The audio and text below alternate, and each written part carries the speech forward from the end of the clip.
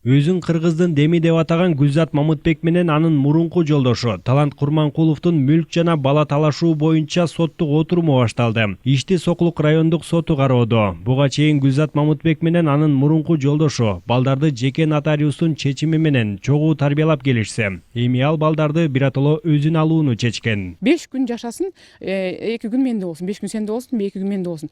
Нормально сүйлөшөлү. Артыман сотко бериле жиндоолор башталгандан давай ушу мондай шум, мындай дуудуларды токтотуп туруп, балдарды кыйнабай. Экөөбүз чечимге келишели десем, сот айтты, тур эшикке чыгып сүйлөшүп алгыла. Сотту дагы убара кыла бербей дегенден нотариуска эшитип барып, ушундай чечимге келгенбиз. Ошол чечимди дагы азыр бузуп атат. Суббота, воскресенье күнү бербейм, эмне кылсаң кыл деген эмелер бар, азыр свидетелдер да келди. Ошо Балдардан тышкары сиз үйдү да талашып атасыз. Үй кимдики өзү? Үйдү мен атам жерин алып берген, 5 миң доллар берип колуна карматып. Анан аны болсо 3 мартта жерди өзүнүн атына жаздырып алыптыр. Биздин ЗАГСыбыз 13 март болуп атат. Анан жок, бул жер меники, үй да меники деп атат. 4-июнь мен биринчи балам төрөлүп атат. Понимаете? Март, апрель, май, июнь. 4 айдан кийин эле балам төрөлүп атат. Бул үй совместный. Чогулган үй десем, жок, мен братишкамдын үйү туда-сюда деп. Эми аны доказательстволор толтура. Мен буга чейин күрөшчү эмесмин. Бул Алымбегимдин үйү. Мен эчтеке немем жок, Алымбекке тийсе болду десем, азыр сатып, буну дагы бир жака оформление кылып, дагы бирөөлөргө сатып, иш кылса үйдү да жок кылып атат да бул кишичи. Ал эми анын мурунку жолдошу Талант Курманкулов Гүлзат Мамытбекке балдарды ишенип бере албастыгын айтат. Учурунда балдарды апасына бергем. Ал балдарды карабастан чет жака кетип калгандыктан аларды өзүм алып 3 жылдан бери багып келе жатам дейт Талант Курманкулов. Балдарды кантип берүүгө болот бул кишиге? Айткылачы. Неадекватный человек кантип берүүгө болот? Учурунда мен берип көргөнмүн бул кишиге. Балдарды кыйнап, чачырап салган. Комиссия түзүлүп барып балдарды алып чыкканбыз. Чогултуп алып келип, мен өзүм карап жүрөм 2-3 жылдан бери. Балдар өзү ким менен болгусу келет? Балдар, конечно, мен менен. Айтып атышат эми Гүлзат Мамытбектин чогуу жашаган күндөрү сиз кордук көргөзүп, үйдөн чыгарбай ушундай көргөзгөн күндөр болуптур да. Бул боюнча кандай дейлейсиз? Мырза, ушул аял кишиге теңелбейин деп эле жүрөм да. Качандан бери сотто чечебиз бунун баарын. Жакында бүт баарын билебиз эми. 5 айдагы эмчектеги баланы таштап Америкага корабльдеп обучение присылдык да.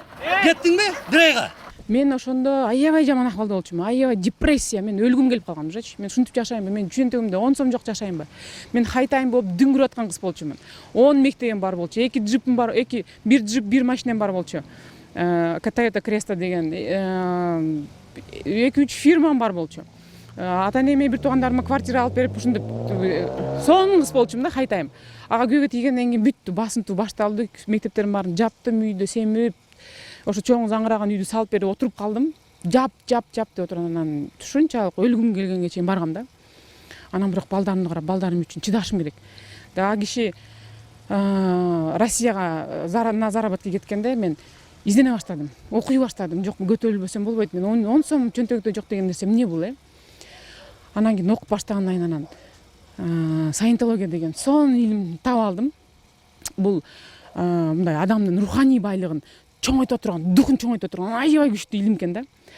Анан кийин Гүлзат переводчик болуп барып келесиң, переводчиктерге бесплатно дегенден ошондо балам колумда 5 айлык эмес, 7 айлык болчу биринчиден.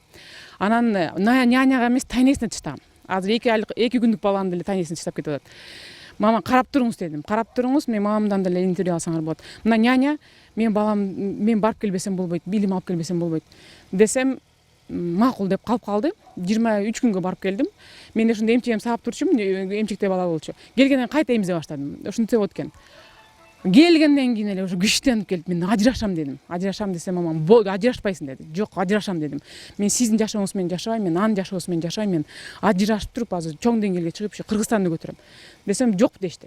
Мен ошондо кичинекей баламды көтөрүп алып отурам үйдө. Мен ажырашам десем, чоң пистолетін алып такап, ургулап, сабап баштады. Мен айттым, сенден коркпойм дедим. Сага үйдү бербейм дейт. Үйдү берип эле кой дедим. Мага боштондук бер, мен кетем. десем чыркыраган бойдон эшикке чыгып кетти. Мен баламды көтөрүп, 7 айлык баламды таксиге чалып, 2 чемодан алып немеге отурдум, машинеге отурдум. Улуу балдар межесинин үйүндө болчу.